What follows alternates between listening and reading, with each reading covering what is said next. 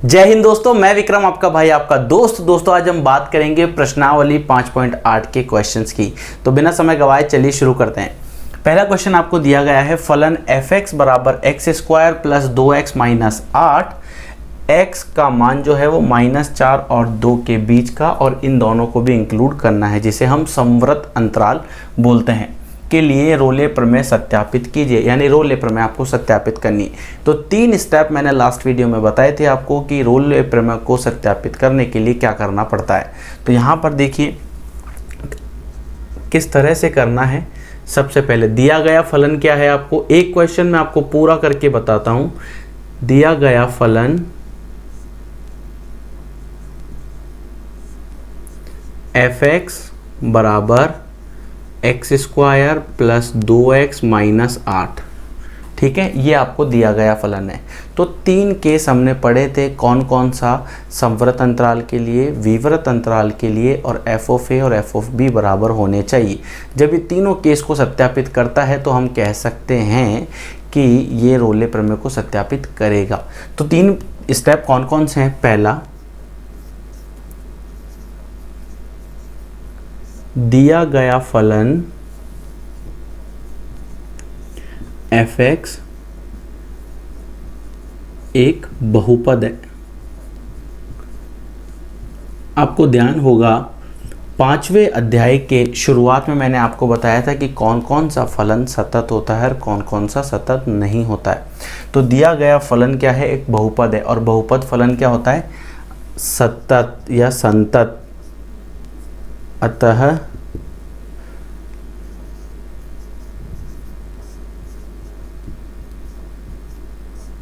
फलन संतत है। अब संतत तो है, लेकिन किस अंतराल में संतत है वो अंतराल भी आपको पता होना चाहिए। तो अंतराल यहाँ पर दिया गया है, समवर्त अंतराल, इसमें संतत है। तो आप चाहो तो यहाँ लिख लेना, अतः फलन समवर्त अंतराल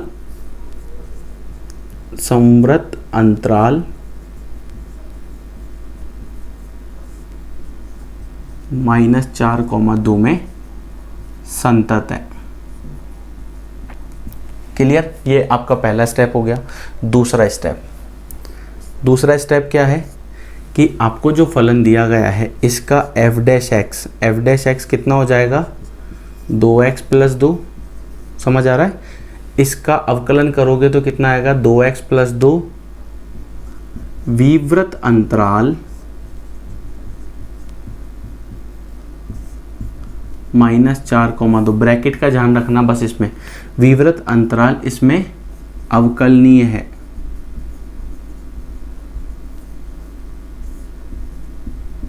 और तीसरा पॉइंट आपका है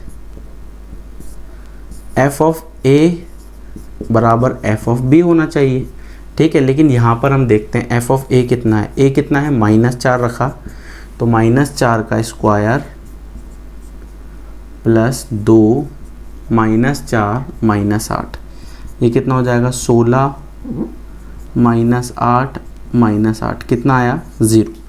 इसी तरह से हम बात करते हैं f(b) की।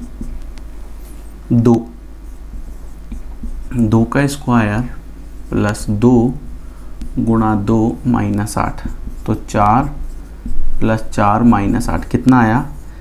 इसका मतलब तीसरा वाला जो है आपका कंडीशन वो कितनी, -4 और ये 2, ये भी क्या है, बराबर है। जब ये तीनों केस सत्यापित होते हैं, ये तीनों सत्यापित होंगे, तब हम बोल सकते हैं कि ये जो दिया गया फलन है ये क्या है, रोले प्रमेय को सत्यापित करेगा। लेकिन उसके लिए एक पॉइंट का हम ढूंढना ज़रूरी है। वो पॉइंट कौन सा है, तो C पॉइंट हम मान लेते हैं, C पॉइंट, ठीक है। अब C पॉइंट कहाँ से आया, C पॉइंट एक ऐसा बिंदु है जो अस्तित्व में है, किसके, इन दोनों के बीच के, समझ आ रहा है।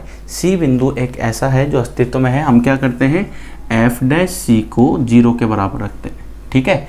अब f' कैसे निकालेंगे, देखो f' कितना है आपका, ये रहा। इस x की जगह अगर मैं C लिख देता हूँ तो ये कितना हो जाएगा, 2c प्लस 2। अब 2c प्लस 2 को, अब तीसरा क्या, ये क्या है कंडीशन, 0 के बराबर रखना c का मान निकालने के लिए, तो 0, तो c का मान कितना हो जाएगा, -2/2 -1। सी का मान कितना प्राप्त हुआ, -1। और सी किस में से, आता है, -1 किस किस के बीच में आता है, -4 और 2 के बीच में। अतः हम क्या कह सकते हैं कि ये फलन जो है ये रोले प्रमेय को सत्यापित करता है। क्लियर? वापस ध्यान से सुनो हमने क्या क्या किया। 3 स्टेप आपको करने हैं। आप चाहो तो इसे स्टेप्स में याद कर लो ताकि आपको प्रॉब्लम नहीं होगी। 3 स्टेप कौन कौन से हैं? पहला स्टेप है, दिया गया फलन क्या है, एक बहुपद है जो इस अंतराल संवृत अंतराल में संतत होना चाहिए। फिर उसके बाद दूसरा, उसका अवकलन जो है वो विवृत अंतराल में संतत होना चाहिए, विवृत अंतराल में अवकलनीय होना चाहिए। और तीसरा जो है वो f ऑफ a और f ऑफ b जो है ये आपस में क्या होने चाहिए, बराबर। ये 3 प्रोसेस अगर आप कर देते हो तो आपका आधा मार्क्स तो फिक्स हो जाएगा, यानी जितने मार्क्स का क्वेश्चन है उसके आधे आपके फिक्स। फिर इसके बाद क्या करना है, f डैश c को 0 के बराबर रखना है। f डैश c क्या है, जो आपने अवकलनीय निकाला था वही केस है, f डैश c। क्लियर? इसे आपको क्या करना है, 0 के बराबर रखना है। यहाँ से c का मान निकालना है और वो जो c का मान निकलेगा वो इन दोनों के बीच का होगा। क्लियर हो गया? ये एक आपका रोले प्रमेय से रिलेटेड क्वेश्चन है, इसे ध्यान से नोट कर लीजिए क्योंकि एग्जाम में कभी कभी पूछ लिया जाता है। आइए दोस्तों बात करते हैं प्रश्न संख्या 2 की। प्रश्न संख्या 2 क्या है, जांच कीजिए कि इन फलनों पर रोले का प्रमेय सत्यापित होता है या नहीं होता है। 3 कंडीशन मैं आपको पहले बता चुका हूँ, मैंने यहाँ पर लिख दीजिए, ध्यान से देखिएगा। रोले का प्रमेय तब लागू होगा जब ये तीनों परिस्थितियां सत्य हो। कौन कौन सी परिस्थितियां, देखिए, फलन f संवृत अंतराल में संतत होना चाहिए, दूसरा फलन f विवृत अंतराल में अवकलनीय होना चाहिए, और तीसरा f ऑफ a और f ऑफ b बराबर होना चाहिए। जब ये तीनों कंडीशन होती है तो हम बोल सकते हैं कि रोले का प्रमेय लागू किया जा सकता है। क्लियर? तो 3 अलग अलग आपको फलन दिए गए हैं। देखिए, पहला आपको दिया गया है f(x) बराबर, ये जो फलन होता है इसे हम महत्तम फलन, पूर्णांक फलन बोलते हैं, और ये आपने 5.1 में भी देखा होगा। अब ये आपको दिया गया है और 5 और 9 के बीच का दिया गया है।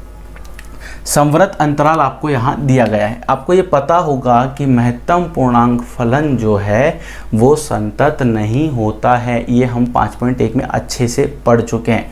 तो मैं इसको फर्स्ट का लिख रहा हूँ, संतत नहीं है।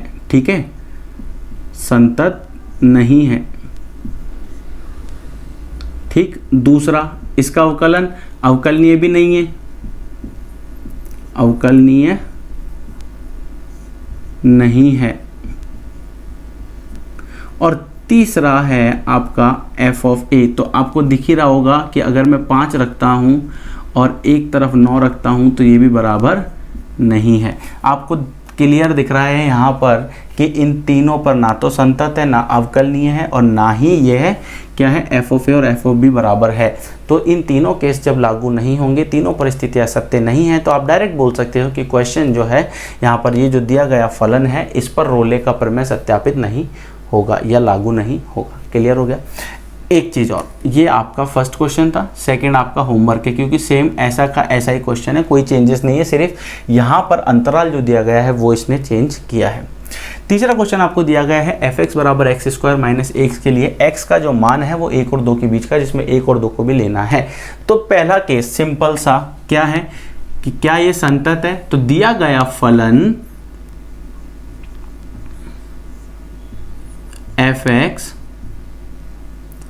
संवृत अंतराल, अब इसको आप संवृत अंतराल नहीं भी लिखते हो, और अगर आप इसे लिखते हो जैसा अपन ने 5.1 में सीखा था, क्या कि दिया गया फलन जो है वो बहुपद है। ठीक है, और बहुपद क्या होता है, संतत, बहुपद है, अतः फलन संतत है। फिर इसके बाद इसका सेकंड पार्ट क्या है, सेकंड पार्ट है कि फलन क्या है ये, तो इसका अवकल कर दो, अवकलन करा इसका तो कितना आ जाएगा 2x। अब ये आपके पास आ गया 2x, तो 2x क्या है, फलन f(x) क्या है, विवृत अंतराल में अवकलनीय है। क्लियर? पहला बहुपद है इसलिए संतत है, दूसरा हमने अवकलन निकाला, अवकलनीय है। फिर तीसरा हम एक और चीज़ क्या है, f ऑफ a और f ऑफ b। तो एक बार तो रखेंगे हम कितना, 1 रख के देखा तो 1 का स्क्वायर माइनस 1 जो कि 0 होता है, और एक बार हमने रख के देखा 2, तो 2 का स्क्वायर माइनस 1 यानी कि 4 माइनस 1 बराबर 3 होता है। तो आपको दिख रहा होगा कि f ऑफ a यानी f ऑफ 1 और f ऑफ 2 बराबर नहीं है, अतः इस पर रोले का प्रमेय लागू नहीं होता है। रोले का प्रमेय लागू नहीं होगा। क्लियर है? अच्छे से एकदम ध्यान से देखो। 3 स्टेप ही आपको याद रखने हैं और इससे ज़्यादा याद करने की ज़रूरत नहीं है। 3 स्टेप कौन सा? दिया गया फलन अगर बहुपद है तो सीधा सीधा संतत है।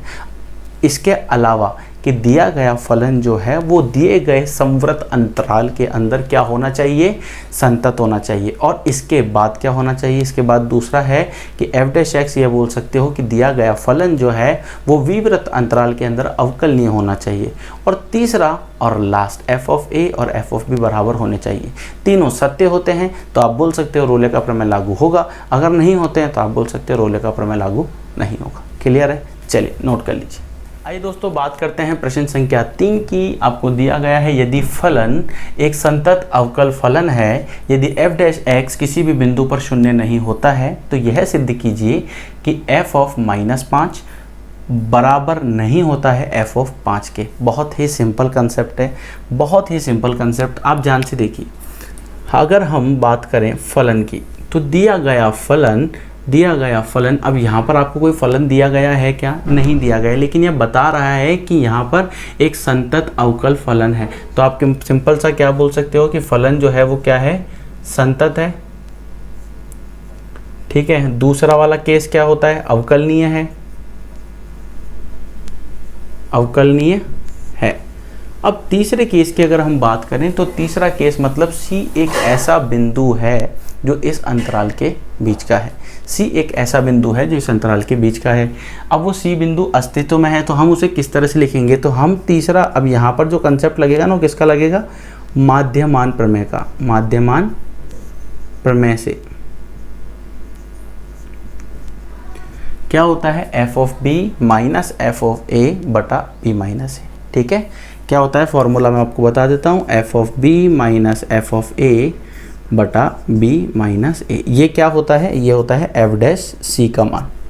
ठीक। अब जैसा कि क्वेश्चन में दिया गया है, अगर आप ध्यान से देखो कि किसी भी बिंदु पर f डैश x जो है वो किसी भी बिंदु पर शून्य नहीं होता है। ठीक। यानी कि आप इसको डायरेक्ट इससे लिंक कर सकते हो कि f डैश c जो है वो 0 के बराबर नहीं होगा। C एक ऐसा बिंदु है जो 0 नहीं होगा, किसी भी बिंदु पर शून्य नहीं होता है। क्लियर हो गया यहाँ तक?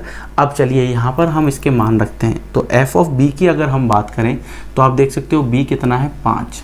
तो हमने यहाँ 5 लिखा माइनस f ऑफ -5 बटा यहाँ पर आप कितना आ जाएगा? b minus a। तो b माइनस a कितना है? -5। और ये किसके इक्वल है? 0 के इक्वल नहीं है। ये आपका हो गया f डैश c। समझ आ रहा है आपको? अब आप यहाँ से देख सकते हो, अगर मैं इसको यहाँ पर भेज देता हूँ तो आपके पास सिर्फ ये बचेगा, यानी कि f ऑफ 5 -5 ऐसा बचेगा। अगर मैं इसको यहाँ पर भेज देता हूँ तो ये बचेगा f ऑफ 5 f ऑफ -5। और यही आपको सिद्ध करना था। ये देखो, क्लियर? सिंपल सी चीज़ है, 3 स्टेप याद रखने हैं। रोले प्रमेय की बात हो, मध्यमान प्रमेय की बात हो, दोनों ही केस के अंदर आपको सिर्फ और सिर्फ 3 स्टेप याद रखने हैं। आपके 3 स्टेप अगर आपको याद हैं, बस यहाँ पर माध्यमान में क्या होता है कि यहाँ पर f डैश c इस तरह से निकलता है, जबकि उसमें क्या करते थे हम? उसको 0 के इक्वल रख के और फिर c का मान निकालते थे। अगर आप दोनों को लिंक करके चलोगे तो दोनों को अलग अलग याद करने की ज़रूरत नहीं पड़ेगी। उम्मीद करता हूँ ये आपको समझ आया होगा। वीडियो पसंद आ रहा हो तो लाइक ज़रूर कीजिएगा। अब बात करते हैं नेक्स्ट क्वेश्चन की। माध्यमान प्रमेय सत्यापित कीजिए कि यदि अंतराल में f ऑफ x बराबर x square minus 4x minus 3 है, जहां a का मान 1 और b का मान 4 है। वही 3 स्टेप कौन कौन से? पहला, दिया गया फलन जो है आपका वो क्या है? बहुपद है तो क्या होगा? बहुपद है तो क्या होगा? संतत होगा। यानी दिया गया फलन अंतराल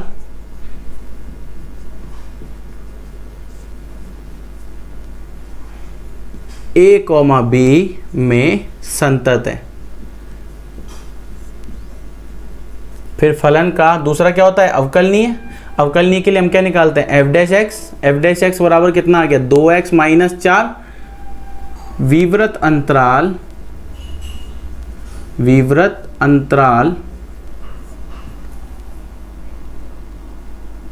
1,4 में क्या है? 1,4 में क्या है?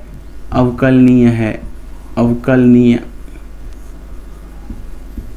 तीसरा माध्यमान प्रमेय से। तो एक बिंदु ऐसा होगा यानी सी का अस्तित्व होगा इसी विवृत अंतराल में। तो सी बिंदु को निकालने के लिए हम किससे करते हैं, माध्यमान प्रमेय से। तो माध्यमान प्रमेय क्या कहती है, एफ ऑफ सी बराबर F of B minus F of A बटा बी माइनस ए। ठीक है, अब सी बिंदु आपको निकालना है। तो एफ ऑफ बी कितना है, यहाँ ध्यान से देखो 4 है, यह आपने लिखा 4। ए कितना है, ए 1 है बटा 4 माइनस 1 लिख दिया। अब F of 4, F of x कितना है आपके पास, ये पूरा है। अगर मैं इस एक्स की जगह 4 लिखूंगा तो इस पूरे की जगह 4 आ जाएगा। तो मैं यहाँ लिख लेता हूँ एफ डैश सी बराबर 4 का स्क्वायर 4 गुणा 4 माइनस 3 माइनस, एक बार क्या रखना है, 1 रखोगे तो 1 का स्क्वायर माइनस 4 गुणा 1 माइनस 3 बटा 4 माइनस 1। इसे हल करो, 4 का स्क्वायर 16, 16 में 16 गया 0, तो यहाँ बचेगा माइनस 3।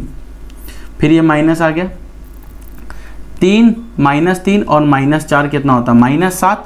माइनस 7 में से 1 माइनस कर दोगे तो माइनस 6, माइनस 6 और ये माइनस 6 मिलके बन जाएगा प्लस का 6 बटा कितना आ जाएगा, 4 में से 1 गया 3, तो 6 में से 3 गया 3 बटा 3 आपके पास कितना आ जाएगा 1। इसके बाद आपने क्या किया, ये एफ डैश सी का मान जो है, एफ डैश सी का मान जो है वो कितना आ गया 1। एफ डैश सी यानी कि एफ डैश एक्स कितना है, अब इस एक्स की जगह अगर मैं सी लिखूंगा तो ये कितना बन जाएगा 2c माइनस 4 बराबर 1। तो ये बन जाएगा 2c बराबर 5 और c का मान आ जाएगा 5/2। c का मान 5/2 जो आएगा वो किसके बीच में आएगा, विवृत अंतराल 1 और 4 के बीच में।